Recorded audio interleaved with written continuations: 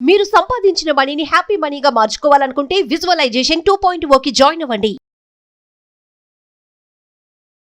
నమస్తే రమగారు. నమస్తే జయ. రమగారు, బాలమిత్ర, చందమామ ఈ కథలన్నీ చెప్పుకుంటూ ఉండేవాళ్ళం మనం. చాలా రోజులు అయిపోతుందండి, డిస్కషన్స్ ఎక్కువైపోయినాయి మనకి. ప్లస్ సిరీస్లు వెళ్తున్నాము. మరి వాటి నుంచి ఏదైనా ఒక కథ చెప్తారా? పిల్లలకి చెప్పడానికి బాగుంటుంది. మామూలుగా పిల్లలు ఏ పనులు చేయరు చాలామంది. ఏ పని చెప్పినా నేనే చేయాలా, వాడికి చెప్పచ్చు కానీ తమ్ముడినో చెల్లెలనో చూపిస్తారు. రేపు చేస్తా మాపు చేస్తా అంటారు. అది చిన్నప్పుడు అలవాటైతే పెద్దవాళ్ళు అయ్యాక కూడా వాళ్ళు ఏ పని చేయకుండా ఉంటారు. భార్యలు, మగపిల్లలైతే భార్యలకు సహాయం చేయరు, ఆడపిల్లలైతే పని ఎలా ఎగ్గొట్టాలా అని చూస్తారు. పని చేయడం ఇష్టం ఉండదు, హౌస్ హోల్డ్ వర్క్స్ చేయడానికి ఇష్టపడరు. అందుకని పిల్లలకి చిన్నప్పటి నుంచి పనులు గిన్నెలు అలవాటు చేయాలి. గారాబం ఉన్నా సరే, ఎంత గారాబం ఉన్నా వాడి పని వాడు చేసుకోవాలి. కంచం పెట్టుకోవటం, కంచాలు తీయటం, వాడి కంచం వాడు అన్నం తిన్న ప్లేట్ తీయాలి, టిఫిన్ ప్లేట్ తీయాలి, పాల గ్లాస్ పట్టుకెళ్ళిస్తే మళ్ళీ తీసుకెళ్ళి వాడే సింకులో పెట్టాలి లేదా కడిగి పెట్టాలి. ఇట్లాంటి అలవాట్లు చేయండి పిల్లలకి. అవునండి. అయితే ఈ పని అలవాటు లేని వాళ్ళు, పని ఎగ్గొట్టి తిరుగుదాం అనుకునేవాళ్ళు, అలాంటి వాళ్ళ మీద ఒక చిన్న దయ్యపు కథ. పూర్వం ఒక ఊళ్ళో ఒక అవ్వ మనవడు ఉండేవాళ్ళట. ఈ అవ్వ మనవడు ఏంటంటే, ఈ అవ్వ చాలా పాపం కష్టపడి పిల్లాడిని పెంచింది. కొడుకు కోడలు చనిపోయారు పిల్లవాడు చిన్నప్పుడే. దాంతో కొంచెం ముద్దుగా చూసేది. వాడు ఎక్కడ కూర్చుంటే అక్కడే అన్నం పెట్టి, ఎక్కడ పడుకుంటే అక్కడే వాడికి పక్కేసి అలా చేసేది. మొదట్లో ముద్దు, పాపం అమ్మా నాన్న లేని పిల్లవాడు కదా, కొన్నాళ్ళు నడిచింది. క్రమంగా ఈ అబ్బాయి ఏంటంటే ఏ పని చేయకుండా అవ్వ పెడితే తినడానికి అలవాటు పడ్డాడు. ఎప్పుడైనా ఏదైనా బలవంతంగా ఒక పని చేయిస్తే, ఏ పొలం పనో చేయిస్తే మళ్ళీ 3-4 రోజుల దాకా నాకు అది నొప్పి ఇది నొప్పి అనేవాడు, పని మానేసేవాడు. కానీ తిండి కావద్దు, తిండి కావాలిగా, వాళ్ళ దగ్గర వీళ్ళ దగ్గర డబ్బులు తీసుకుని ఏవో ఒకటి కొనుక్కుని తినేసేవాడు. మళ్ళీ ఆ డబ్బులు వెనక్కి కట్టడానికి, పని చేయడానికి బద్ధకం. ఊళ్ళల్లో అప్పుడు ఏముంది, వస్తు మార్పిడ్లు, పని మార్పిడ్లు అవి ఉండేవి. ఏదో కొట్లో నుంచి వస్తువులు తెచ్చుకుంటే కొట్లో అవసరమైన పని చేసి పెట్టాలి. ఓ పొలంలో నుంచి ఏదైనా తెచ్చుకుంటే వాళ్ళకి పొలం పని అవసరమైనప్పుడు చేయాలి. అబ్బాయి అసలు చేసేవాడే కాదు. ఎప్పుడు ఏదో ఒక గొడవ వచ్చేది వాళ్ళ ఇంటికి. మీ వాడు అది తీసుకున్నాడు, ఇది తీసుకున్నాడు అంటే బామ్మ మామ అవ్వ ఒక్కతే ఎక్కడి నుంచి ఇస్తుంది. రోజు అనేది, ఒరే నేను నిన్ను మొయ్యలేకపోతున్నాను, చాలా బరువు అయిపోయావు నువ్వు, నాకు పని చెయ్యి, ఏదైనా పని చెయ్యి, పెద్దవాడివి అవుతున్నావు, 18 ఏళ్ళు వచ్చినాయి, పని చేయకపోతే ఎట్లా, ఇంకా 4 ఏళ్ళు పోతే పెళ్లి చేసుకుంటావు, పెళ్లి కావాలంటే నేను పని చేయను అనేవాడు. మరి పెళ్లి చేసుకుంటే భార్యను పోషించుకోవద్దు, మరి పిల్ల చెల్ల పుడితే వాళ్ళని చూడొద్దు. దాంతో ఇక అవ్వ విసిగిపోయేది. ఒకరోజు ఏమందంటే, ఒరే నువ్వు ఎక్కడికైనా వెళ్ళిపో, నాతో నువ్వు ఉండద్దు అంటే వాడి కోపం వచ్చింది.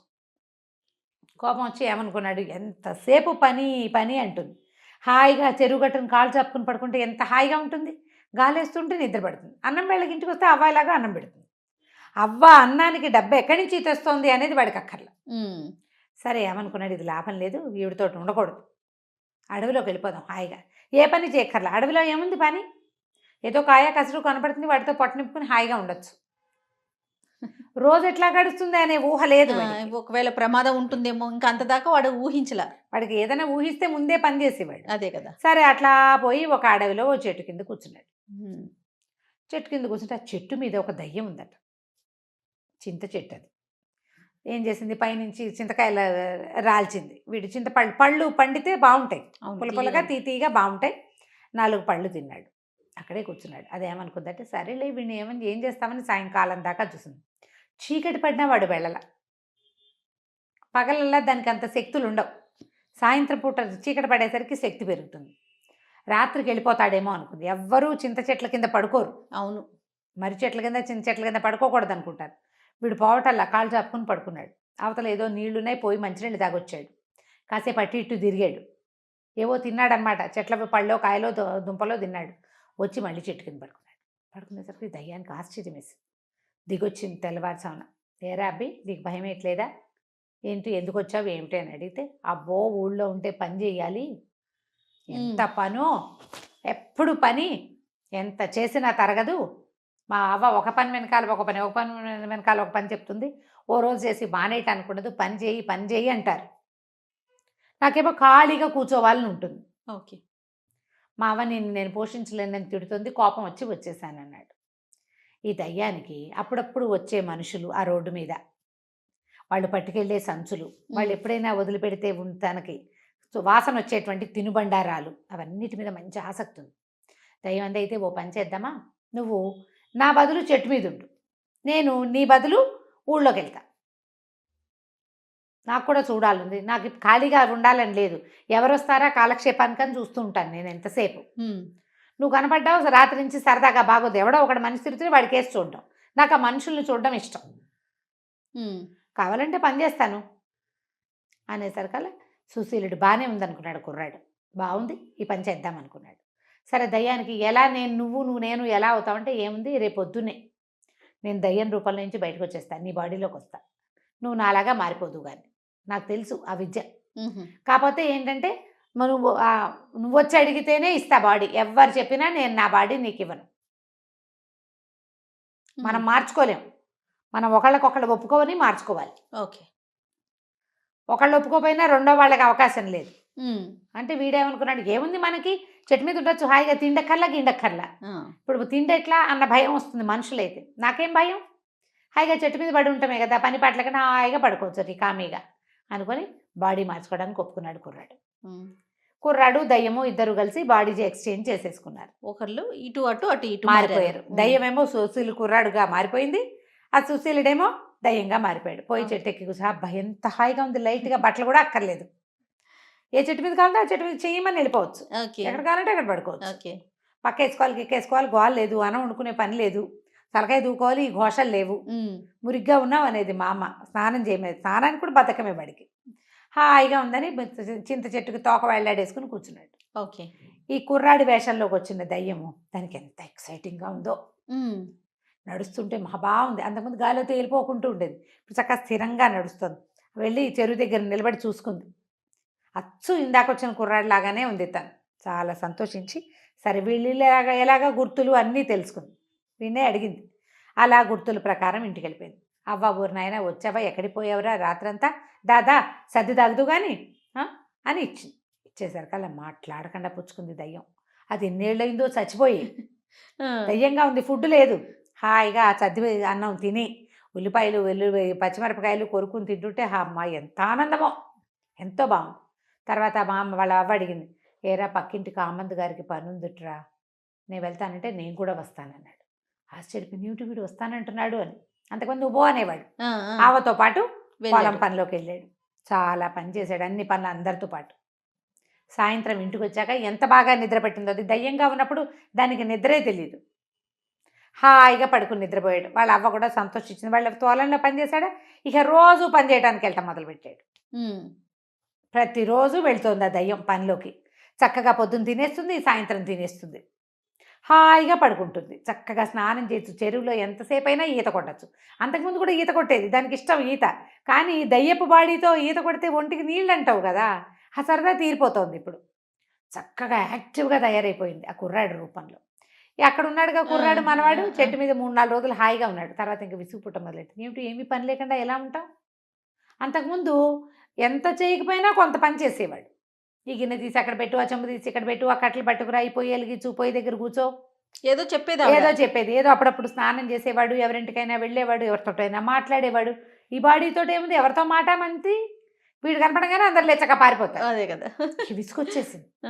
ఒక 5-6 రోజులు 10 రోజులు గడిచేసరికల్లా ఎగురుకుంటూ పోయి తన ఇంటికి వెళ్ళాడు. అక్కడ పడుకుని ఉన్న ఈ కుర్రాడిని చూసి, కుర్రాడి రూపంలో పడుకున్న దయ్యాన్ని చూసి, మన ఇద్దరం బాడీ మార్చుకుందాము, నేను ఉండలేకపోతున్నాను అక్కడ అనేసరికల్లా ఈ దయ్యం అంది, నేను హాయిగా ఉన్నా, నాకు కూడా అనిపించాలి బాడీ మార్చుకోవాలి, నాకు ఇప్పుడు అనిపించట్లా, నాకు పని చేస్తేనే బాగుంది, పని చేస్తేనే జీవితం బాగుంటుంది, నేను చచ్చినా నా బాడీ నీకు ఇవ్వనంది. ఏం చేస్తాడు ఆ కుర్రాడు, అయ్యో ఏడుపు మొహం పెట్టుకుని పోయాడు.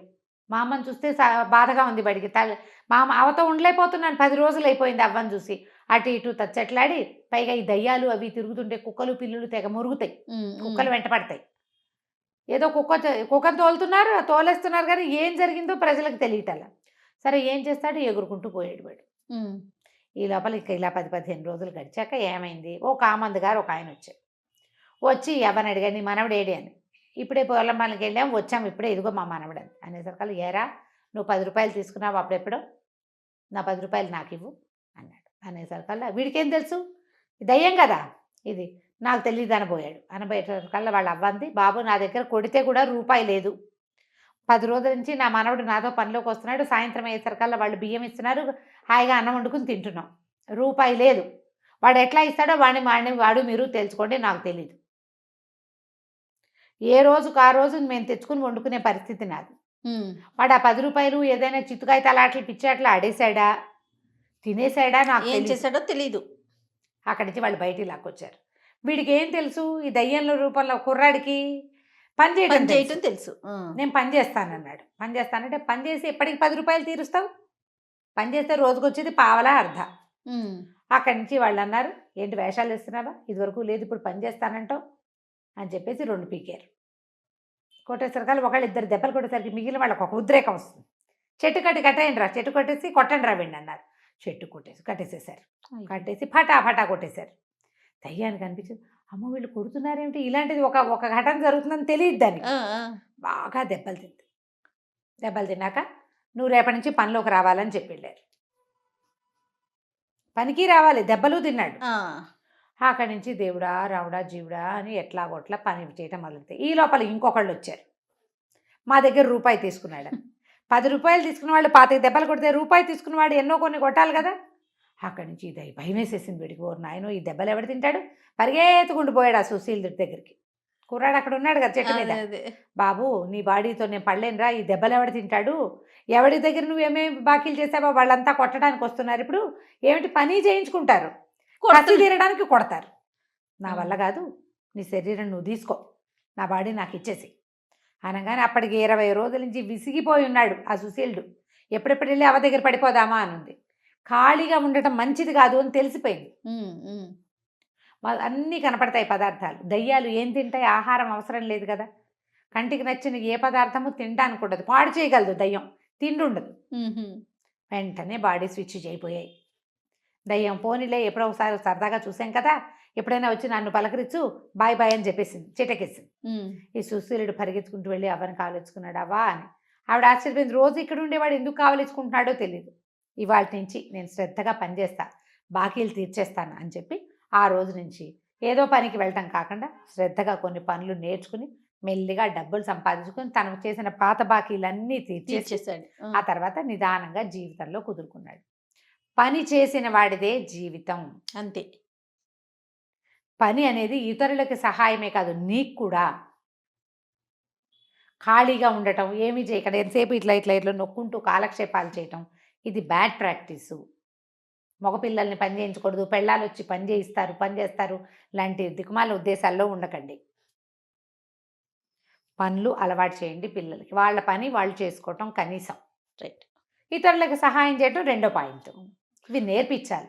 సోమరిపోతులు కాకుండా ఉంటారు. ఈ కథని ఇంకా సరదాగా, ఇంకా వాళ్ళకి నచ్చేలాగా చెప్పుకోవచ్చు మీరు. రైట్. చాలా బాగుంది రమ్మగారు. నమస్తే. నమస్తే జయ.